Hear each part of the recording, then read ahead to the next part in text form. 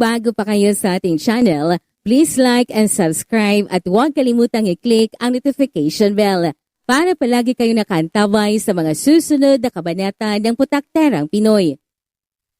Sa gitna ng putukan, mabilis na pumasok si Miguelito sa isang abandonadong gusali.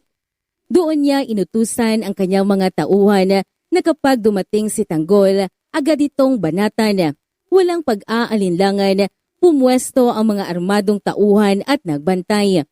Pagpasok ng kampo ni Tanggol sa lugar, agad silang sinalubong ng sunod-sunod na putok ng baril.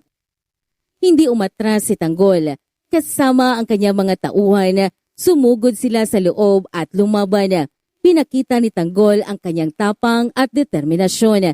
Sa gitna ng sagupaan, patuloy ang putukan at sa dami ng kalaban, napilitang magkubli si Tanggol sa likod ng mga tambak na kahon upang makaiwas sa tama. Biglang dumating si David. Tinawag niya si Tanggol ng kuya at inabot ang kamay para tulungan itong makatayo. Nagulat man si Tanggol, tinanggap niya ito. Saglit silang nagkatitigan. Sa gitna ng kaguluhan, lumutang ang ugnayan nilang magkapatid. Dugo pa rin ang nangingibabaw sa gitna ng gulo. Binalaan ni Tanggol si David na siya na lang ang aakyat para labanan si Miguelito dahil ayaw niyang may masaktan pa. Pero matatag si David, hindi siya pumayag na iwan si Tanggol. Sabay nilang hinarap ang panganib. Ngunit sa gitna ng barilan, nagkahiwalay sila. Sumigaw si Tanggol sa gitna ng putukan, hinahanap si David. David! David! Nakalapit si David sa kinaruruunan ni Miguelito. Tinapatan niya ito ng baril at buong tapang na hinarap, ngunit hindi niya alam may mga nakatambang na tauhan si Miguelito sa paligid.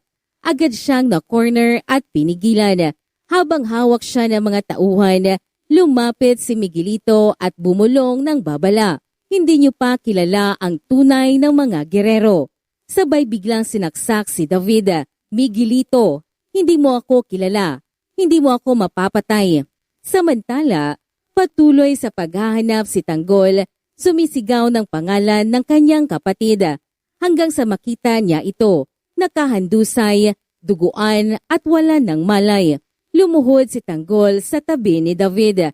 Niyakap ito ng mahigpit. Napasigaw siya sa sakit at galit. Sa gitna ng kaguluhan, nawala sa kanya ang isang bahagi ng pamilya. I-comment ninyo ang inyong mga reactions sa ating comment section at huwag kalimutang mag-like at subscribe at i-click ang notification bell para updated kayo sa mga palabas ng Putakterang Pinoy.